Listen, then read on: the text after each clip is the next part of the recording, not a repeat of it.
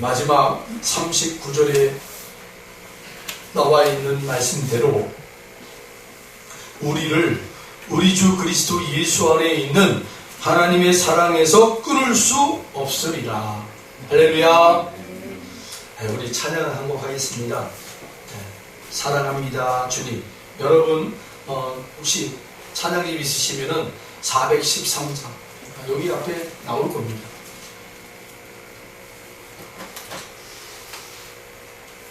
틀어주세요. 처음 하는 찬양이니까 좀 틀려도 괜찮아요. 고백하는 마음으로 사랑합니다 주님. 고백하는 마음으로 함께 찬양합니다. 사랑합니다 주님. 사랑합니다 예수님. 주님 향한 내 마음을 기뻐 노래합니다. 내가 아프고 힘들 때 내가 고쳐주시니 나를 치유하신 주 사랑해요. 사랑합니다 주님. 사랑합니다 예수님. 온맘 나의 주 섬기며 주를 바라봅니다. 내가 슬프고 힘들 때 나를 만져주시니 나를 위로하신 주 사랑해요.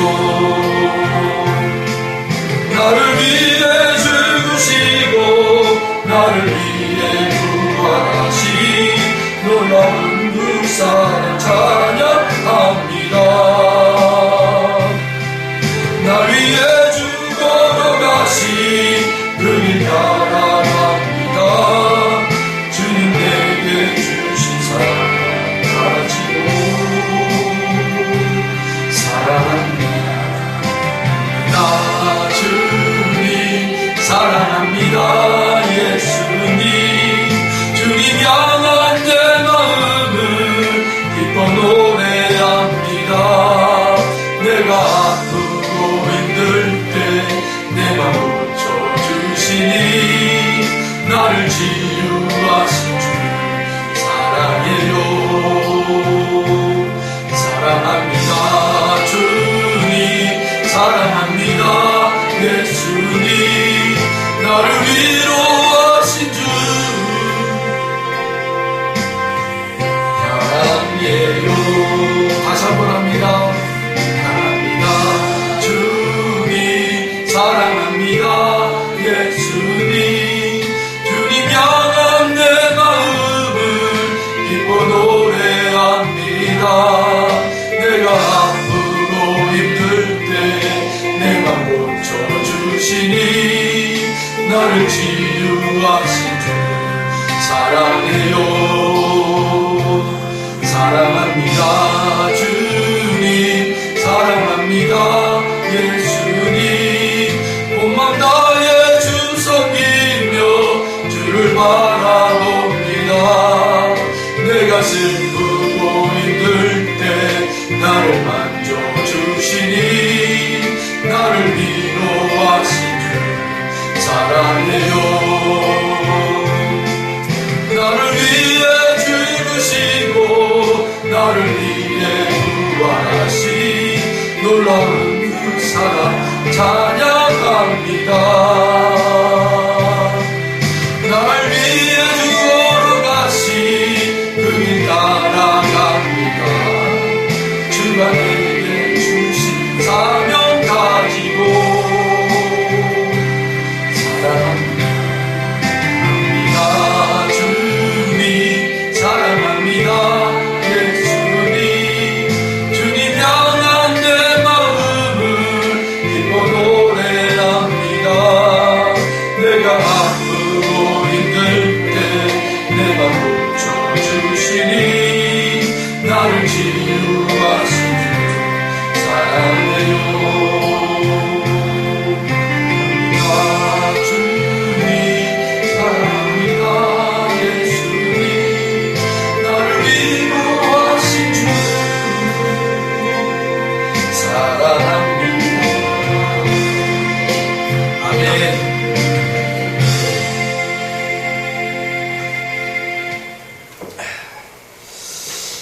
이제 이 찬양을 알게도 저 불 좀 켜주세요. 네.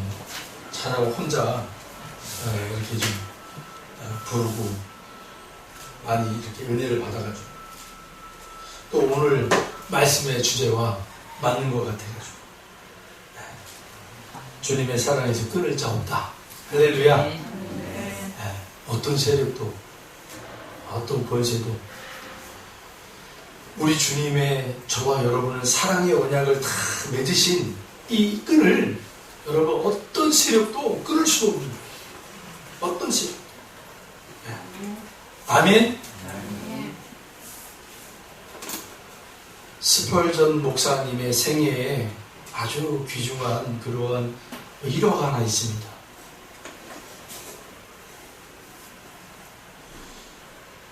어느 날 한 여인이 이 스펄전 목사님을 찾아왔어요. 그리고는 5실링, 우리나라 돈으로 25만원 정도 되는 돈을 딱 쥐어주는 거예요. 그리고는 목사님, 이 돈은 목사님을 위해서 사용하세요. 목사님을 위해서 사용하세요. 그때 이 목사님이 이 돈을 건네주는 이 여인의 행색을 보니까 많이 어려움을 당하고 있는 그런 넉넉한 그런 분이 아니에요. 그래서 이 목사님이 나는 이거 돈을 받을 수도 없다고 그냥 자매님이 필요한 곳에 쓰십시오.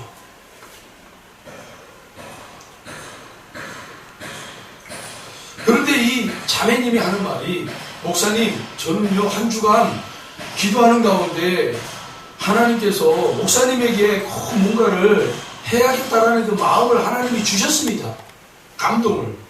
그래서 기도 가운데 무엇을 목사님에게 드리면 좋을까 고민하다가 뜻하지 않게 자기가 일하는 그런 정규 일 외에 다른 일이 생겨가지고 그 일을 하게 됐다는 거예요.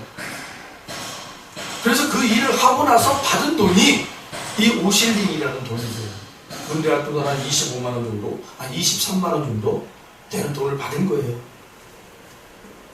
그리고는 이 돈을 목사님에게 드려야 되겠다 라고 그렇게 마음을 다잡은 거예요.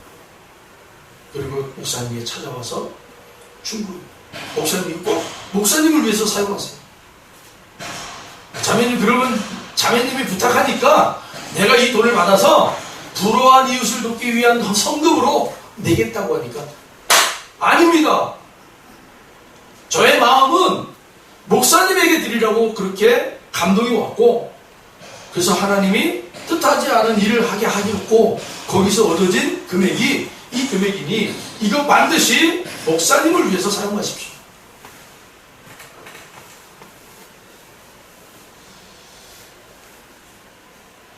그래서 이 목사님께서 도대체 그럼 내가 이 돈을 무엇을 가지고 이 돈 가지고 뭘 했으면 좋겠냐고.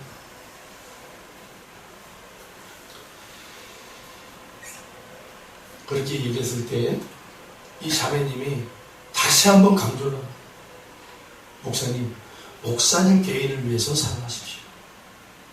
목사님 개인을 위해서. 하도 자매가 그렇게 간곡하게 부탁을 하니까 그래요. 제가 저를 위해서 사용하겠지만 그래도 자매님이 어려운 것 같은데 제가 받은 것 받았다라고 치고 자매님이 사용하십시오 라고 했더니 자매가 화가 나가지고 뭐라 그러냐면 예수님 앞에 그 기름병 그 향유옥합을 깨트린 그 여인이 그 머리에다가 부었을 때 예수님이 도대체 이 귀한 걸 너를 위해서 사용하지 왜 나를 위해서 이렇게 허비했느냐 라고 말씀하시지 않았다라는 거예요. 그러니 목사님을 위해서 제가 드리는 거니까 사용하십시오.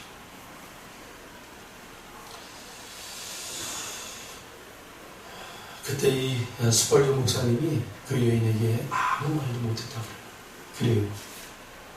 자매님이 원하시는 대로 제 개인을 위해서 이 돈을 사용하겠습니다. 주님의 자녀된 자들은 주님의 사랑에서 끊을 수가 없어요. 네. 타협이 안 되는 거예요. 그 여인이 기도하면서 하나님 앞에 감동을 받아서 그렇게 여러분 그 외에 수당을 받아가지고 이 스펄전 목사님 위해서 사용하겠다.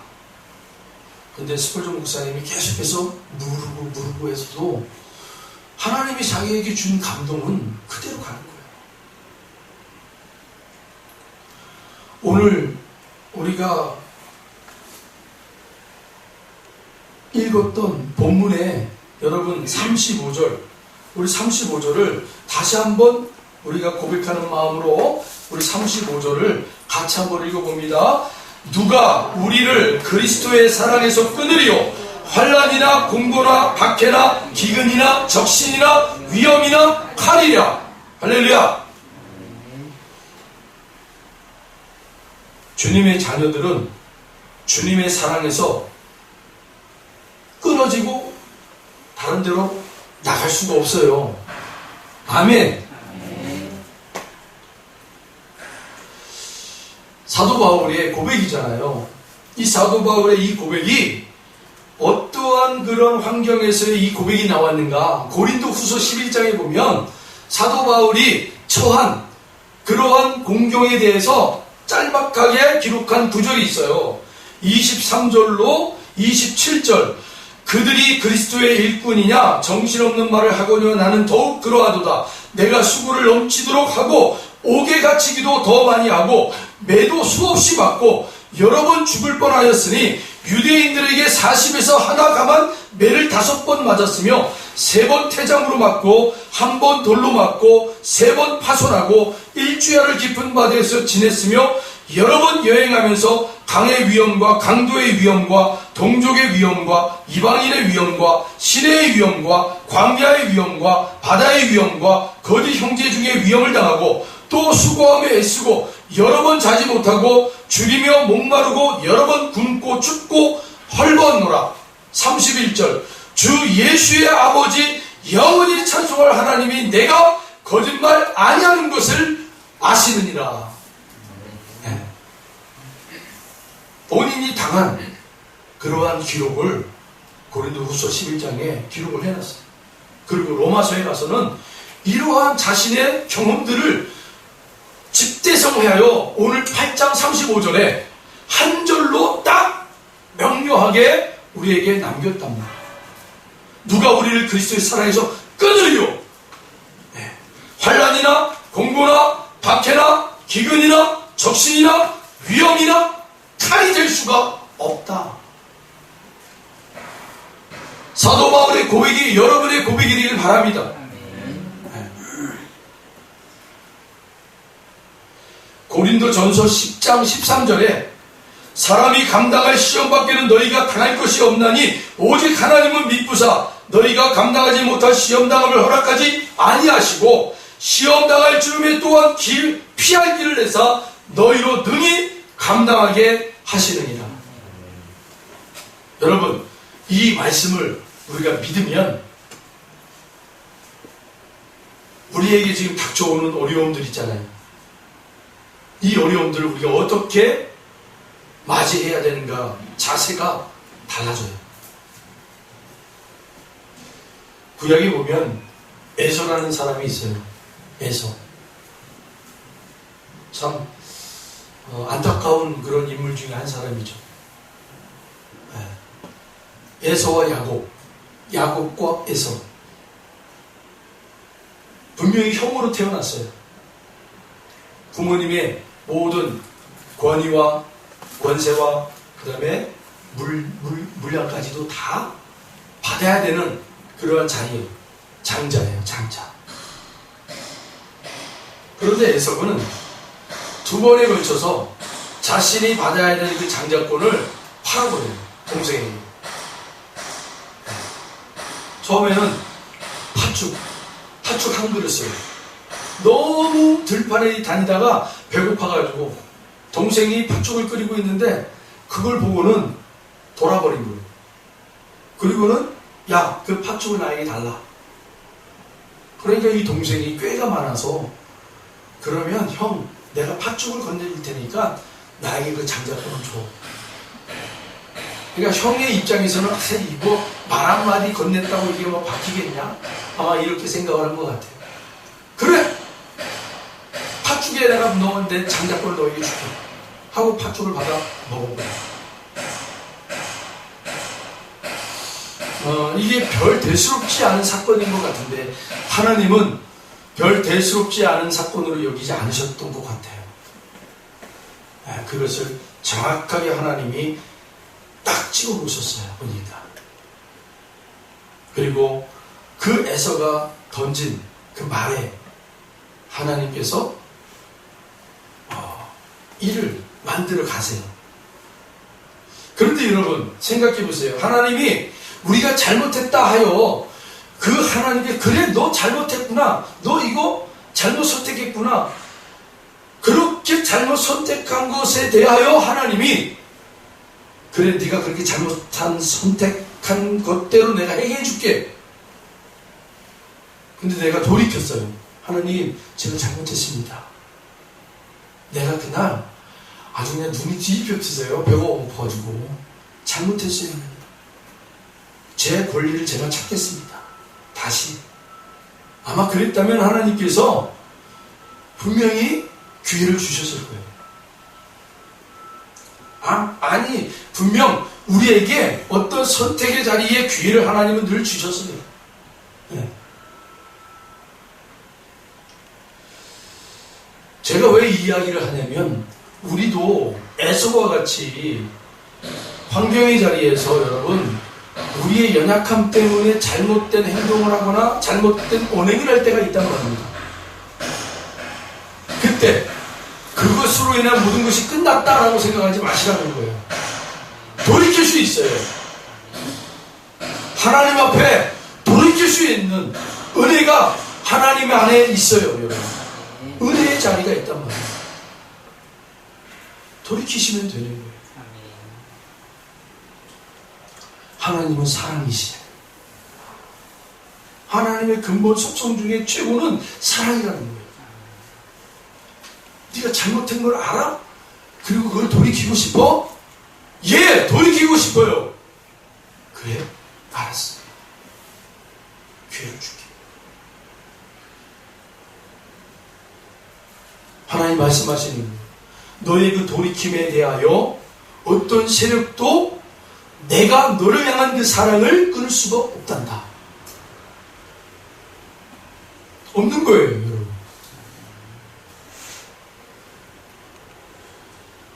그래서 28절에, 오늘 본문 28절에 이렇게 얘기하고 있어요. 우리가 알거니와 하나님을 사랑하는 자, 곧 그의 뜻대로 부르심을 입은 자들에게는 모든 것이 합력하여 선을 이룬다.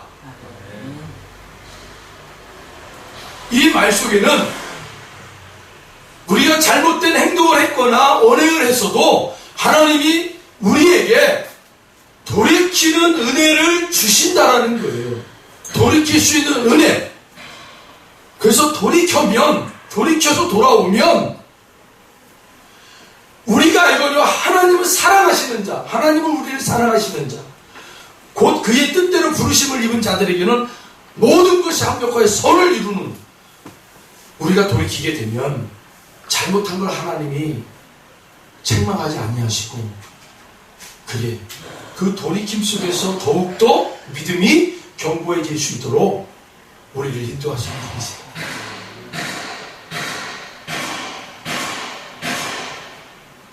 주님의 사랑은 너무도 크고 놀라워서 우리가 고난과 환난을 당할 때도 주님은 우리와 함께 하셔서 모든 것이 합력하여 선을 이루어 나가십니다. 구약에 요셉이라는 인물이 특별히 여러분 그러한 대표적인 인물 아닙니까? 형들에게 시기를 당하여 그렇게 죽음 직전까지 빠졌다가 하나님께서 그들의 양심을 건드리셨든지 어쨌든지 그들의 눈에 미디안 상인이 딱 눈에 들어왔어요. 그래서 야, 우리가 죽이자면은 이 동생을 죽였으면 우리가 마음이 얼마나 괴롭겠냐. 그러지 말고 저 미디안 상인에게 팔아버리자. 그럼 죽이는 것도 아니니까 돈도 생기고 얼마나 좋아. 일거양득. 마음의 양식 가책도 없고 그냥 에이 뭐 잘 살겠지 뭐 노예로 살든지 미운 놈 저 가서 그냥 살든지 말든지. 그게 이제 자기 인생이니까. 그래서 이제 이 형들이요 요셉을 구덩이에서 끄집어내가지고 미디안 상인에게 팔아버려요. 은산심. 그리고 자기들끼리 아마 가졌겠죠. 하나님의 꿈을 꾼 요셉은 절망이었어요. 네, 형들에게 죽임을 당할 뻔했고 그리고 형들에게 노예로 팔리게 됐어요. 하나님의 꿈은 도저히 이루어질 수 없는 상황이에요. 보디발 장군의 노예로 들어갔습니다.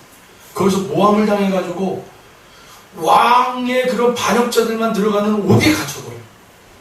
완전히 절망이에요. 나락에 빠진 거예요. 그런데 그 왕의 옥에 왕의 시중을 둔 빵과 떡을 올려드리는 시중과 술을 올려드리는 시중이 두 사람이 갇혀버려요. 근데 그들이 꿈을 꾸는데 아예 꿈을 해석할 사람이 없는 거예요. 근데 요셉이 들어보니까 하나님이 그냥 꿈을 해석을 열어주신 거예요. 사랑하는 성도 여러분, 하나님이 열어주시면 여러분 정말 다 열어지는 거예요. 아멘. 여러분이 다쳤다라고 생각하는 모든 근심과 걱정과 문제들이 하나님이 열어주시면 다 열어지시는 거예요. 할렐루야! 하나님이 꿈을 열어주시는 거예요. 그러니까 요셉이 그냥 그 꿈이 듣는 순간 해석이 돼버려요. 빵 굽는 사람은 당신 죽을 거야. 술을 왕에게 되는 사람은 당신은 복직이 돼서 왕에게 갈 거야. 정말 그렇게 된 거예요. 그리고 요셉이 술 시중하는 그 사람에게 나를 좀 기억해 주세요 라고 그렇게 얘기했는데 긴 시간 동안 이 술 맡은 사람이 전혀 요셉을 기억하지 못한 거예요. 그런데 어느 날 애고의 왕이 꿈을 꿨는데 이걸 풀 수가 없는, 너무 답답한 거예요. 전국에 현명한 자들을 다 불러가지고 이 꿈에 대한 해석을 해봐라 했더니 못해요. 그때 누가 왕이 근심하고 있는 그 모습을 지켜보았던 이 술 시중 드는 사람이 그 옛날 감옥에서 나의 꿈을 해석해줬던 그 이스라엘의 종, 노예 요셉을 기억하게 나옵니다. 그리고는 왕에게 얘기하는 거예요. 여러분, 여기에서 중요한 거 있어요. 확신이 들어서지 않으면 말할 수가 없는 거예요. 본인이 경험했기 때문에 왕에게 직접 얘기하는 거예요. 왕에게 헛소리 했다가는 어떻게 되는 거예요? 그냥 죽임당하는 거예요. 자기 목숨 걸고 얘기하는 거예요. 그러니까 이 술 시중 받은 사람은 왕이 근심 걱정으로 지금 어려움을 당하고 있는 이때에 괜히 허튼 말했다가는 그냥 목이 베이는 거 아닙니까? 어떻게 보면 이 왕에게 자신의 이야기를 전할 수 있는 건 뭐예요? 자신이 경험했기 때문에. 여러분, 하나님은 여러분들에게 하나님이 살아있음을, 하나님이 사랑이심을 경험하게 하신단 말이에요. 네. 하나님의 사랑을 경험하시는 거예요. 그리고 그 사랑을 가지고 세상의 사랑에 버림받거나 세상의 사랑으로부터, 여러분 어떤 우리가 남녀 관계 속에 그런 일들이 있잖아요. 사랑의 상처를 받고 사랑의 미움을 받고. 사랑인데 왜 미움을 받아요? 사랑인데 왜 배신을 당하죠? 왜 사랑인데 상처를 받죠? 그런 모든 사랑의 관계 속에 우리 하나님의 그 사랑을 경험하는 우리들이 진짜 사랑이 여기 있다라고 전할 수 있어야 돼요. 경험하면, 내가 하나님의 그 사랑을 경험하게 되면, 능력을 경험하면, 치유를 경험하면 전하게 된다. 아멘. 특별히 여러분들의 기도에 응답하시는 하나님을 경험하셨잖아요. 기도에 응답하시는 하나님. 그러면 그렇게 세상의 자리에서 여러분 이 길을 가야 될까 저 길을 가야 될까 문제가 산만하지만 그렇게 갈팡질팡하는 심령들에게 당신들의 그 기도 마음을 달라고 내가 기도합니다. 그래서 여러분 이 자리에 나와서 하나님 앞에 그 영혼들을 놓고 눈물로 여러분 기도하십시오. 그리고 여러분 기도하신 다음에 반드시 확인 작업을 들어가야 돼요. 왜요? 뭔가 우리가 하나님을 나타내기 위해 물론 나타내는 거지만 믿지 않는 자들에게 확신을 주기 위해서 확신. 내가 당신의 그 문제를 가지고 기도했는데 하나님께서 나에게 마음에 평강을 주셨다. 문제가 풀어진 것 같아. 어떠냐고. 여러분 확실히 확인하셔야 돼요. 그렇게 조금씩 그들이 하나님에 대해서 여러분 경험하게 되면 어느 순간에 확 하나님 앞에 돌아오게 돼요. 우리들을 돌아보세요. 우리 각자들을 돌아보세요. 그렇게 여러분 하나님 앞에 우리가 돌아오지 않았습니다. 조금씩 그렇게 하나님을 경험하게 되는 순간 하나님을 알게 됩니다. 그렇게 요셉의 그 감옥에 갇혀있는 정말 여러분 그 노예잖아요. 노예. 그리고 히브리 사람의 노예. 쳐다보지도 않는 그 노예가 그 감옥에서 그냥 껌껌한 지하 감옥에서 그냥 속절없이 역사의 현장에 이슬과 같이 없어져야 되는 그 존재 가치가 이 한 사람으로 인해서 목숨을 걸고 왕에게 얘기를 하는 거예요. 내가 그렇게 빵 시중을 두는 사람과 제가 그 감옥에 있을 때에 히브리 노예가 우리가 똑같이 꿈을 해석을 해주었는데 그대로 됐습니다. 왕의 꿈도 그대로 해석해 주실 것입니다. 목숨을 걸지 않고서는 할 수 없는 거예요. 그래서 여러분 어떻게 됩니까? 요셉이 부름을 받아서 왕의 꿈을 듣고 하나님이 열어주시니까 해석이 되어버리는 거예요. 그래서 그 해석을 해주니까 그 왕이 너무 좋아서 총리를 세워요. 총리. 그리고 총리를 세워놨는데 그리고 끝난 게 아니에요. 왕이 또 꿈을 꿔요. 근데 이것도 너무 이상한 꿈이에요. 그 총리를 불러가지고 꿈 얘기를 해줬더니 이 요셉이 흉년이 오고 풍년이 올 거니까 이때 풍년이 왔을 때 곡식을 막 남발하지 말고 창고에다가 그냥 이 곡식을 많이 저장해 두자. 이제는 이 풍년이 끝난 다음에 큰 흉년이 올 거니까 그때 대비하자. 요셉의 해석대로 정말 풍년이 오는 거예요. 그냥 심는 대로 60배, 30배, 100배의 결실이 얻는 그런 땅의 결실이 오는 거예요. 여러분 혹시 뉴스 기사거리에 이런 걸 보셨나요? 북한에 그 누구죠? 그 여인? 김정은의 동생? 김여정이 무슨 말을 했다라고 하면서 이렇게 타이틀로 탁 써놨는데 거기에 그 북한의 구호가 뭔 줄 아세요? 하늘도 이길 수 있다. 우리가 노력하자. 노력해서 이 빈곤함을 우리의 이 가난함을 이겨낼 수 있다. 하늘도 이길 수 있다. 이렇게 타이틀로 해가지고 기사가 딱 떴어요. 제가 그걸 보고는 정말 얘네들은 아직 몰랐구나. 네. 신앙이 없으니까 하나님이 없으니까 그렇게 얘기하는 거예요. 그들은. 어떤 그 우리 신학자가 조사를 했대잖아요. 도대체 북한에는 왜 씨를 뿌렸는데도 그거 나지도 않느냐 이거예요. 땅이.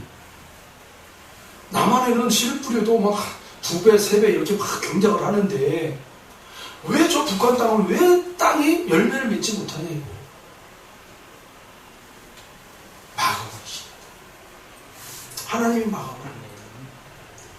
하나님이 여시면 30배, 60배, 100배의 결실을 얻게 되는 거예요. 할렐루야! 우리 교회가 계속 하나님 퍼주는 그런 사역을 했어요. 용문동에서. 작은 교회지만 막 퍼줬어요. 흘려보냈어요. 근데 제가 여기 오면서 하나님 앞에, 하나님 이제 우리가 채워지고 흘러넘치게 해주십시오. 없는 거 그냥 다 끌어모아가지고 하나님 이렇게 우리가 했는데, 이제 그러지 말고 하나님, 이곳에서는 모든 성도님들이 다 경험할 수 있도록 차고 넘쳐서 흘러넘치는 은혜를 우리 모든 성도님들이 경험하게 해도록, 차고 넘치는 은혜. 네. 하나님께서 하시면 반드시 된다는 거예요. 그런데 그것이 교회만이 아니라 그 마음을 품고 온 모든 성도들에게도 동일하게 역사될 줄로 믿습니다. 여러분의 가정에도, 여러분의 삶의 자리도, 여러분의 그 기도의 자리에도 여러분이 이렇게 차고 넘치는 은혜가 일어날 줄로 믿습니다. 이건요, 사람의 인력으로는 될 수가 없어요. 하나님이 해주셔야 되는 거예요. 하나를 심었는데 30배, 60배, 100배의 결실을 얻게 되는 거예요. 마치 그 애굽 땅에 큰 풍년이 오는데 이거를 그냥 하나만 심었는데도 막 30배 결실이 일어나는 거예요. 그냥 어부들이 밖에 나가가지고 그냥 한번 그물을 툭 던졌더니 막 그냥 그 그물이 찢어질 정도로 막 잡혀버리는 거예요. 이런 풍성함이 오는 거예요. 그때 요셉이, 이때 우리가 교만하지 말고 이 풍성함에 도취되지 말고 이제는 후에 올 흉년에 대하여 우리가 대비하자. 저장하자. 근데 진짜 풍년이 지나고 나서 흉년이 오더라. 아무리 심어도 맺지를 못하는 거예요. 많이 심어서 열매가 좀 익을만 하면 메뚜기 떼들이 와서 싹 없애버리는 거. 이제는 추수 때가 돼가지고 추수할 때가 돼서 이제 다 추수의 기쁨을 가지고 들판에 나가는데 그냥 가을 태풍이 와가지고 다 몰아버리는 거예요. 나일강에 범람이 일어나가지고 싹 밀어버리는 거예요. 이건 도저히 사랑으로 할 수 없는 거예요. 이런 흉년이 왔을 때 요셉이 지혜를 가지고 풍년 때에 얻어진 곡식을 잘 저장했다가, 이 애굽에만 여러분 흉년이 온 것이 아니라 온 세계가 흉년이 옵니다. 온 세계가. 그런데 온 세계가 듣기를 애굽은 풍성하더라는 거예요. 이 흉년의 때에도 풍성히 먹을 것들이 넘치더라는 거예요. 여러분, 우리의 마음밭이 이래야 될 줄로 믿습니다. 세상이 아무리 각박해도, 아무리 세상에 흉년이 들어도 하나님의 그 하나님을 모시는 성도들의 마음은 풍작이 되어야 돼요. 풍년이 되어야 돼요. 네. 그래서 세상 사람들이, 아니 저 사람들은 왜 저렇게 이렇게 흉년이 드는 이 시대에, 각박한 이 시대에 저렇게 기쁨이 있고 풍성함이 있느냐 찾아보게 돼요. 여러분, 그런 은혜가 저와 여러분에게 있길 바랍니다. 네. 결국은 여러분, 그래서 어떻게 된 거예요?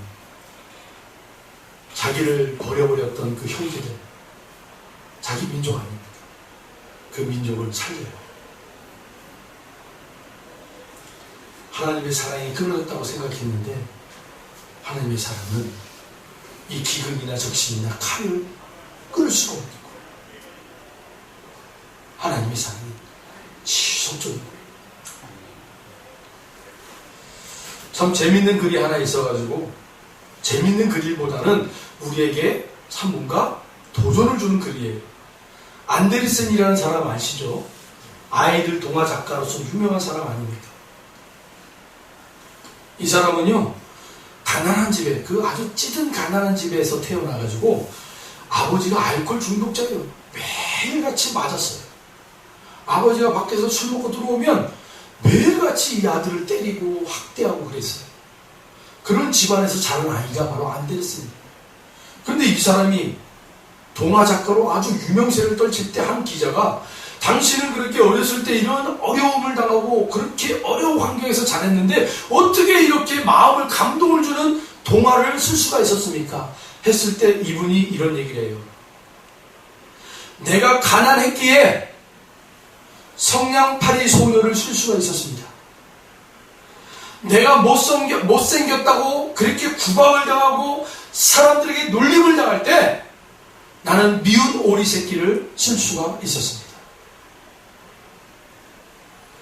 시련과 역경도 축복이 될 수 있다는 것을 이 사람이 우리에게 가르쳐줬단 말이에요. 역사학자 톱이라는 사람은 자신의 책에서 도전과 응전이라는 책에서 이렇게 기록을 합니다. 자연 조건이 좋은 곳에서 문명이 태어나는 것이 아니다. 거칠고 가혹한 환경 속에서 인류의 문명이 발생하는 것이다. 이집트 문명, 수메르 문명, 인도 문명, 황하 문명, 그 모든 것이 그렇다. 예를 들어 이집트 문명은 우리 성경적으로 애굽이니까 굉장히 좀 가깝잖아요. 이 나일강이 여러분 범람은 그냥 범람을 하면 그 주변에 그냥 싹 물로 수장이 돼버려가지고 다 그냥 초토화가 된대요. 그런데 이 애굽 사람들이요 나일강의 범람 때문에 주저앉은 것이 아니라 야 그러면 우리가 이 범람이 왜 일어나는가를 연구해보자. 하늘 기후를 살펴보자 해서 천문학이 탄생이 됐대요. 태양력이 발달이 되고 그래서 요 시점에는 비가 왕창 내리니까 물이 넘쳐서 나일강이 범람이 되니까 그때 우리가 준비하자. 그래서 제방 기술이 발전이 됐대요.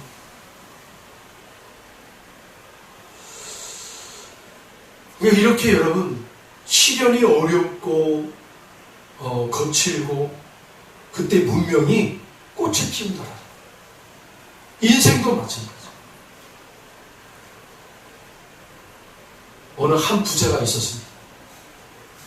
그 부자는요 돈이 너무 많아가지고 무인도 하나를 사버렸어요.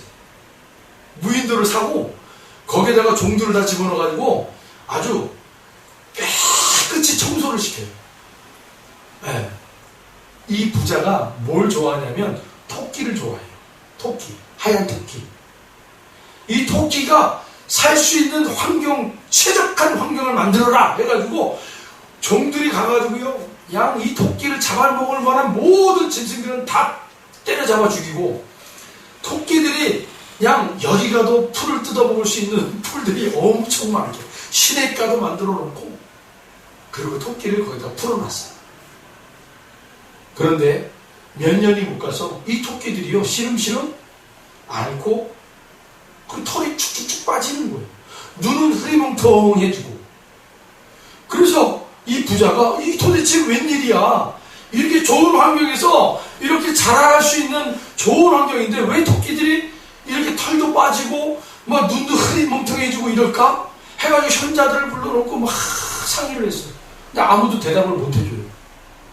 그런데 랍비 한 사람을 알게 돼가지고 그 랍비를 불러서 일을 하는데 어떻게 하면 이 토끼들을 살릴 수 있겠습니까? 그랬더니 랍비가 껄껄껄 웃으면서 하는 말이 그런 환경이 너무 좋아서 그런 거야. 그러니 그 무인도에 이리 5마리만 집어넣어버려. 이리 5마리. 아니 이리를 집어넣으면 토끼를 다 잡아먹게요? 그래서 현재 이 랍비의 말대로 이 부자가 이리 5마리를 잡아다가 무인도에 집어넣어버렸어요. 근데 처음에는 이 이리들이 이거 진수성찬 아니야 이거 완전히. 예? 무인도니까 도망도 못 가고 이 토끼들이 맥이 없어가지고 띵박지도 못하고 그냥 눈도 흐리멍텅 해가지고 애들을 잡아먹기가 너무 쉬운 거예요. 이리들이 막 포식을 하는 거예요. 그런데 몇 달이 못 가서 토끼들이 다시 활기를 띄우는 거예요. 뒷발에 근육이 생기고, 예? 눈이 초롱초롱해지고, 귀가 쪼긋쪼긋 쓰고, 예? 얘네들이 조금만 발을 내디디면 훅 도망가고, 그때부터 토끼들이 살아나기 시작합니다. 사랑하는 성도 여러분, 인생도 마찬가지예요. 인생의 시련과 고난이 없으면 우리 사람들은요 편안해져요. 하나님은 그런 지체들을 믿음의 용사들로 키울 수가 없어요. 하나님 나라 군사들로 키워낼 수가 없는 거예요. 하나님 나라 군사들로 키우기 위해서는 시련과 고난을 우리의 삶 가운데 주시는 거예요. 그런데 중요한 게 있어요. 그 시련과 고난을 통해서 하나님은 그 하나님 나라 믿음의 군사들이 되기를 원하시지, 자포자기하고 나 이제 죽었어 하고 뒤로 나발나저로 그냥 넘어지는 사람들이 되기를 원치 않으신다. 여러분, 배를 노젓는 사공들 있잖아요. 이 사공들이요, 유능한 사공들은요 그저 되는 게 아니더라는 거예요. 성난 파도를 맞서고 그 파도를 이겨낸 사람들만이 유능한 사공이 되더라는 거예요. 유능한 하나님의 믿음의 군사들이 되기 위해서는 험난한 파도에 맞서서 여러분 그 시련을 견디고 통과하고 좌초가 되더라도 하나님 구해주세요라고 손을 내밀을 때 하나님의 능력의 손이 우리를 구원하셔서 그 맛을 보고 다시 또 도전하는 거예요. 그때 우리는요 그렇게 하나님 나라에 널널한 믿음의 용사들로 세워지는 거예요. 이것이 하나님의 사랑이에요. 그 사랑을 여러분 우리가 잘못 이해하시면 안 되는 거예요. 성경 66권을 들여다보세요. 하나님의 자녀들이 때로는 험난한 파도 앞에 어쩔 줄 모르고 그렇게 낙망하여 있지만 그들은 그때마다 하나님을 불렀어요. 하나님 도와주세요. 내가 힘이 없어요. 지혜가 없어요. 그때 하나님은 그 파도를 이겨낼 수 있는, 견뎌낼 수 있는, 또한 피할 바위를 우리에게 허락해 주시는 거예요. 그래, 지금은 네가 그 파도를 맞설 수가 없구나. 그러니 그 파도를 견딜 수 있는 이 피할 바위에 숨어 있어라. 그리고는 한번 여러분 우리가 경험했잖아요. 파도가 얼마나 큰지, 얼마나 무서운지를. 다음번에는 이 강도가요 조금 덜해져요. 덜해져요. 제가 경험했었어요. 저 전도사 때 우리 중등부 아이들 데리고 저 능곡공감교회에서 아이들 여름 수련을 저 강원도로 갔었어요. 그때 한참 폭풍이 올 때였어요. 근데 뭐 아이들이 뭐 그때 저도 그렇고 아이들도 그렇고 이 파도의 무서움을 몰랐어요. 파도야 뭐 그냥 파도 치면 그냥 파도 치겠지, 이 정도였어요. 그거 모르니까 그 현지인들도 들어가지 못하는 그 갯바위가 있었어요. 모래사장도 아니고 갯바위, 바위들이 막 있는 곳.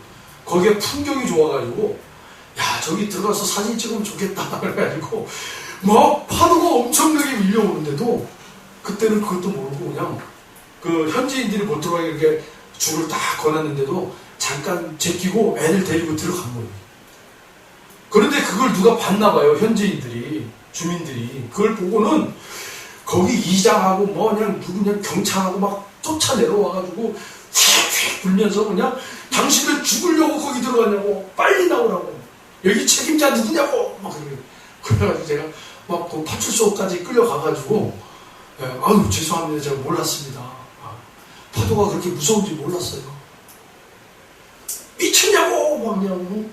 거기는 현지인들도 그 파도 칠 때는 안 들어간다고. 그 이렇게 막아놨잖아요. 파도 한번 맞아버리면은 다 쓸려간다고.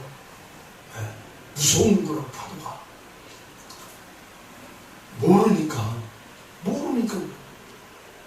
그냥 알면 대비를 하잖아요. 들어가지 않아요. 맞서지 않아요. 피하죠. 우리도 마찬가지. 인생의 큰 파도가 몰아칠 때 도저히 우리가 맞설 수 없을 때 하나님이 피할 바위를 주십니다. 피할 바위를 주십니다. 그 피할 바위가 누구예요? 예수 그리스도예요. 도피성이 누구예요? 예수 그리스도예요. 우리의 요새가 누구예요? 예수 그리스도예요. 예수 그리스도 안에 피하라는 거예요. 그 말은 환경이 어려울 때, 힘들고 지치고 힘들 때 신앙의 자리로 돌아오라는 거예요. 다시 믿음의 자리를 돌아오라. 그 주님과의 견고한 끈을 맺으라는 거예요. 신앙으로 그 환경을 이겨내는 거예요. 그리고 그 파도가 지나가면요, 다시 그 주님이 우리에게 새 힘을 주신 그 은혜를 가지고 또 새롭게 도전해 가는 거예요. 그때 또 우리에게 주시는 지혜가 있죠. 지혜가 있죠. 살아가는 거예요.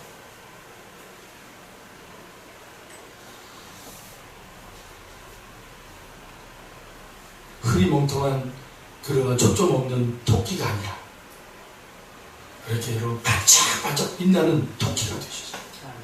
예? 귀가 쫑긋 올라와 있는 토끼가 되시고 뒷다리에 여러분 그 힘줄이 근육이 다 접혀있는 토끼가 되시길 바랍니다. 여러분의 그런 험난한 파도들 앞에서 그렇게 우리의 연약함이 단련되어지는 거예요.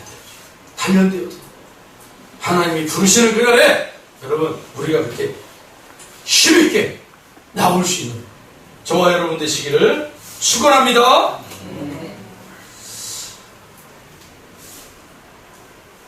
프리체라는 사람이 이런 얘기를 했어요. 인생이란 학교에는 불행이란 훌륭한 스승이 있다. 그 스승 때문에 우리는 더욱 단련되는 것이다.